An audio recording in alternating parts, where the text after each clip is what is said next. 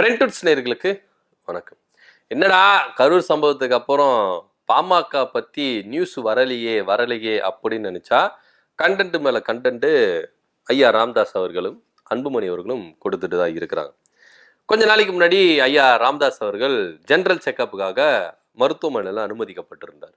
எல்லா கட்சி தலைவர்களும் போய் பார்த்தாங்க, எல்லா தரப்புல இருந்து போய் பார்த்தாங்க. அன்புமணி அவர்களும் போய் பார்த்தாரு.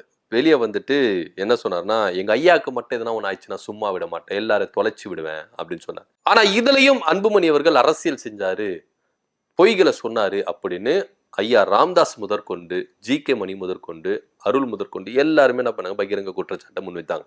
ஐசியூல முதல்ல ஐயா அட்மிட் ஆகவே இல்லை. இவர் முதல்ல வந்து ஐயாவை டைரக்டா பார்க்கவே இல்லை. ஆனா வெளியே வந்துட்டு இந்த மாதிரி பொய்களை சொல்லிட்டு இருக்காரு அப்படின்னு சொன்னாங்க. அதுக்கப்புறம் வந்து பாத்தீங்கன்னா இந்த விவகாரம் இப்படியா போயிட்டது. அதுக்கு அடுத்த கட்ட சட்டசபை வந்த பிறகு அன்புமணி தரப்பு எம்எல்ஏக்கள் என்ன பண்ணாங்க அப்படின்னு பாத்தீங்கன்னா, ஐயா தரப்பு எம்எல்ஏக்கள் மேல அட்டாக் ஆரம்பிச்சாங்க. அதாவது இவங்களை வந்து தலைவர் பதவியிலிருந்து கொறடா பதவியிலிருந்து தூக்கணும், நாங்க தான் உண்மையான பாமக, அதனால எங்களை தான் நீங்க தலைவர் பதவிக்கும் கொறடாவுக்கும் எங்களை தான் நீங்க என்ன பண்ணணும், நியமிக்கணும் அப்படின்னு சொல்லிட்டு போர்க்கொடியில தான் தர்ணால ஈடுபட்டாங்க.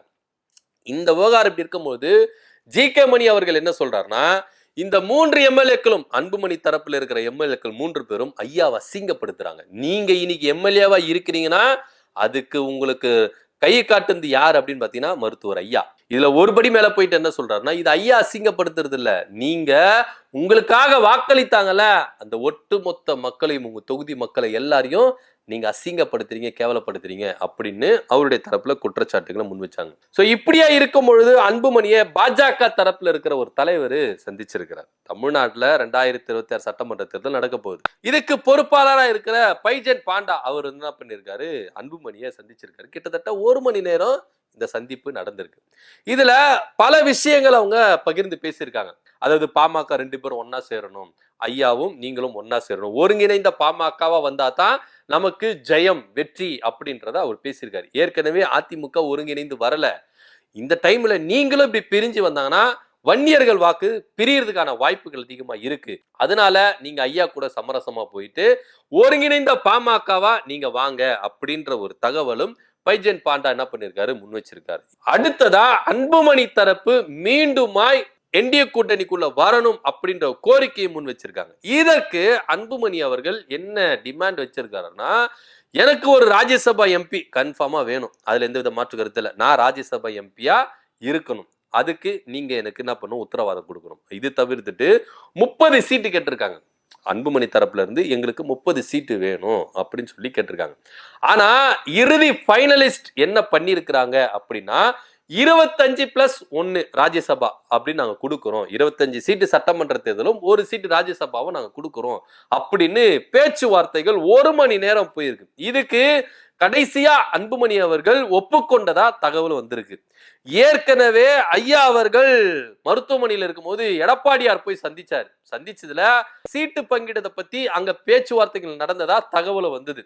ஐயா ஸ்டாலின் அவர்களும் போய் சந்திச்சிருக்காங்க, எடப்பாடி போய் சந்திச்சிருக்காங்க. எடப்பாடி போய் சந்திக்கும் பொழுது நலம் விசாரிச்சுட்டு கூட்டணிக்குள்ள வாங்க, ஒருங்கிணைந்து வாங்க, அன்புமணி தரப்பு நாங்க சமாதானப்படுத்துறோம், நீங்க வாங்க ஐயா, ஒன்னா இருங்க, உங்களுக்கு நாங்க சீட்டு தரோம் அப்படின்னு சொல்லிட்டு கிட்டத்தட்ட ஒரு 30 சீட்டு கொடுக்கறதுக்கு ரேஞ்சுக்கு வந்துட்டாரு எடப்பாடி பழனிசாமி. அப்படிதான் இப்போ அதிமுகவும் பாஜகவும் பாமகவை கவர் பண்றதுக்கு மாறி மாறி சண்டை போட்டுக்கிறாங்க. எடப்பாடியார் வந்து ஐயாவை சந்திக்கிறாரு, பாஜக தரப்பு வந்து மகனை சந்திக்குது. ஏன்னா வட மாவட்டங்கள்ல பாமகவுடைய வாக்கு சதவீதம் எந்த அளவுக்கு வெயிட்டா இருக்கு அப்படின்றத எல்லாருக்குமே தெரியும். இப்படியா இருக்கும் பொழுதுதான் தன்னுடைய கூட்டணியில தான் தலைமையில வரணும். இப்போ இவங்க எல்லாரும் ஒரே கூட்டணியில தான் இருக்கிறாங்க, என்டிஏ கூட்டணி அப்படின்றதுல இது இருக்கிறாங்க. ஏன்னா இப்ப நீங்க கூட்டணிக்கு ஆளு சேர்க்கணும்னா என்டிஏ கூட்டணிக்கு தான் சேர்க்கணும், என்டிஏ கூட்டணி பிராண்ட்ல தான் இவங்க சேர்க்கணுமே. ஆனா இப்ப இவங்க 2 பேர் என்ன பண்றாங்கன்னா 2 பிரிவா பிரிஞ்சிருக்காங்க. கூட்டணிக்குள்ள கூட்டணி அப்படின்ற ஒரு ஸ்டோரியில தான் அதிமுகவும் பாஜகவும் போறாங்க. இப்போ தமிழக வெற்றி கழகத்தை கூட்டணி கூப்பிட்டாரு எடப்பாடி பழனிசாமி. கொடியெல்லாம் அசைச்சாங்களா, பிள்ளையார் சொல்லி போட்டாங்க, இனி யாரை தடுக்க முடியாது, கொடி பறக்குதா அப்படி இப்படின்னு வீரவாசனம் பேசினார்ல. அப்ப என்ன சொன்னார்னா, அதிமுக தலைமையில இங்க ஒரு கூட்டணி அமையும், வெயிட்டான கூட்டணி அமையும் அப்படின்னு சொன்னார். இங்க எடப்பாடி பழனிசாமி அடுத்து வானதி சீனிவாசன் ஒரு அறைகூறல் கூறாங்க, வெயிட்டான ஒரு ஆளு இங்க வரப்போறாரு என்டிஏ கூட்டணிக்கு அப்படின்றாங்க. சோ இப்போ அன்புமணியை என்ன பண்ணிருக்காரு, இவர் சந்திச்சிருக்கிறாரு. எடப்பாடியார் வந்து ஐயாவை சந்திச்சிருக்கிறாரு. இவங்க மாறி மாறி என்ன பண்றாங்க, தன்னுடைய கட்சி தலைமையில கூட்டணிக்கு உள்ள வரணும் அப்படின்னு தான் சொல்றாங்களே கண்டி, ஒட்டு மொத்தமா என்டிஏ கூட்டணிக்கு வாங்க அப்படின்னு கூப்பிடுறதே இல்ல. ஏன்னா இப்போ பாஜக தரப்பு என்ன பண்றாங்கன்னா, பையனை நம்ம கவர் பண்ணிட்டா, இப்ப ஐயாவுக்கு வயசு ஆயிருச்சு. இப்போ ஆல்மோஸ்ட் எல்லாம் என்ன பண்றாங்க, அடுத்த ஜெனரேஷனுக்கு தான் தாவிட்டு வராங்க. இப்போ பாமகலயே ஒரு குரல் என்ன இருக்குன்னா, ஐயா உங்களுக்கு வயசாயிருச்சு, நீங்க ரெஸ்ட் எடுங்க, சின்ன ஐயா எல்லாத்தையும் பார்த்துக்கிட்டோம் அப்படின்ற ஒரு குரல் ஆரம்பத்தில் எழுப்பப்பட்டது. ஆனா இங்க ஐயா அப்படி இருக்கிற மாதிரி தெரியல. ஏட்டிக்கு போட்டியாதான் ஒரு அரசியல் பண்ணிட்டு இருக்காரு. இப்படியா இருக்குச்ச அன்புமணி வந்து என்ன பண்றாங்கன்னா, தான் பக்கம் வலிச்சுக்கணும் அப்படின்னு சொல்லிட்டு பாஜக ஒரு பக்கம் முயல்றாரு. எடப்பாடியார் என்ன பண்றாருன்னா, பெரியவரை நம்ம கையில வச்சுக்கிட்டா ஒட்டுமொத்தமா நமக்கு வந்துடும், சாதகமா வந்துடும் அப்படின்னு சொல்லிட்டு அவர் அந்த பக்கம் என்ன பண்றாரு, வளைக்கிறாரு. இப்படியா இருக்கும்போது தான் ரெண்டு பேரும் தன்னுடைய தலைமையில, பாஜக தலைமையில ஒரு கூட்டணி, அதிமுக தலைமையில ஒரு கூட்டணி, இந்த கூட்டணி எல்லாம் சேர்ந்து என்டிஏ கூட்டணி, மக்களை குழப்புற மாதிரி தான் இந்த விஷயங்கள் இருக்குதே கண்டி. இவங்களுக்குள்ளே ஒரு ஒற்றுமை இல்ல. இப்ப பைஜன் பாண்டா அவர் போய் அன்புமணியை சந்திச்சார்ல, அப்போ அவர் என்ன பண்ணிருக்காரு, என்டிஏ கூட்டணிக்கு வாங்க அப்படின்னு கூப்பிட்டுருக்கணும். எடப்பாடியார் மருத்துவர் ஐயா போய் சந்திச்சாரு, நீங்க என்டிஏ கூட்டணிக்கு வாங்கன்னு சொல்லுங்க. ஆனா இவங்க ரெண்டு பேரும் என்டிஏ கூட்டணி இல்லாம நீங்க கூட்டணிக்குள்ள வாங்க, பாஜக தலைமையில கூட்டணிக்கு வாங்க, அதிமுக தலைமையில கூட்டணி வாங்க, இப்படி மாறி மாறி பிரிச்சுக்கிறாங்க. சரி ஓகே, அது அவங்களுக்குள்ள இருக்கிற விஷயம், அதை நம்ம பெருசா பேச வேண்டாம். இப்போ நம்ம விஷயத்துக்கு வரலாம். என்னன்னா, அன்புமணியை சந்திச்சிருக்கிறாங்க. அன்புமணி தரப்பை சந்திச்சு 25+1 அப்படின்ற ஒரு முடிவுக்கு வந்திருக்கிறாங்க.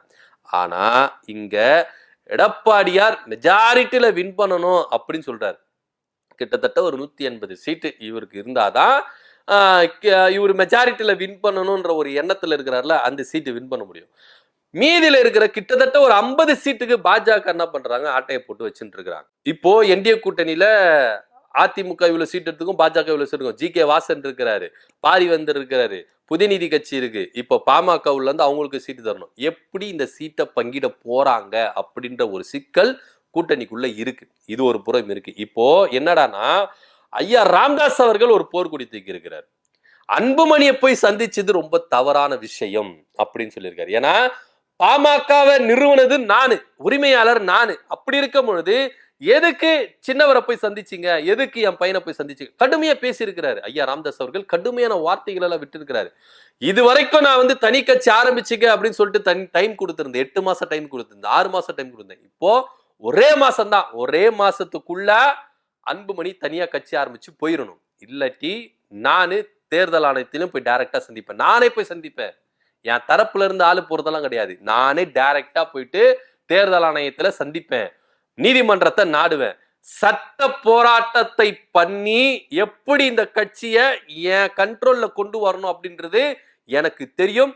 அன்புமணிக்கு இறுதியான எச்சரிக்கை இதுதான், தனியா கட்சி ஆரம்பிச்சுக்க, இதோட வராத அப்படின்னு ஐயா ராமதாஸ் அவர்கள் கடுமையான எச்சரிக்கையை அன்புமணி அவர்களுக்கு கொடுத்திருக்கிறார். ஏன்னா பலவிதமான விஷயங்கள்ல ஐயா ராமதாஸ் அவர்கள் பொறுத்து பொறுத்து பொறுத்து பொறுத்து போயிருக்கிறார். இப்போ இப்படியெல்லாம் நடக்கும் அப்படின்னு எனக்கு தெரியவே தெரியாது. நான் வந்து என்ன பண்ணிட்டேன், சாதாரணமா இருந்துட்டேன். ஆனா அன்புமணி தரப்புல இருக்கிறவங்க கட்சி கிடையாது, அது ஒரு குழு.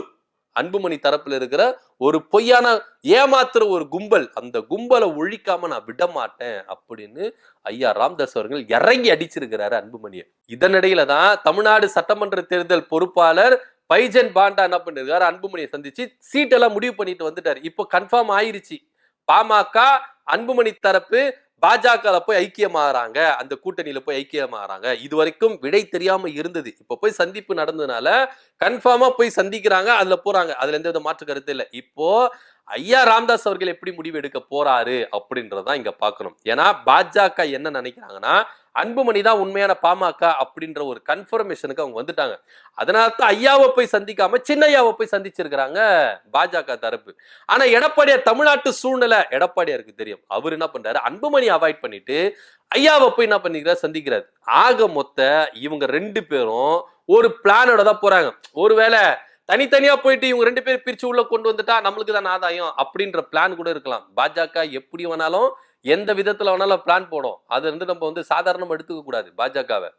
ஏன்னா இவங்க நம்ம மொத்தமா வரணும்னு தானே ஆசைப்பட்டோம், மொத்தமா வரமாட்டாங்கப்பா. நீ போய் என்ன பண்ணு, பெரியவரை வந்து என்ன பண்ணு, சமாதானப்படுத்து. நான் சின்னவரை போய் என்ன பண்ணிடுறேன் கூட்டணிக்குள்ள. ஆக மொத்தம் இவங்க ரெண்டு பேரும் ஒரே கூட்டணியில தான் இருக்கிறாங்க.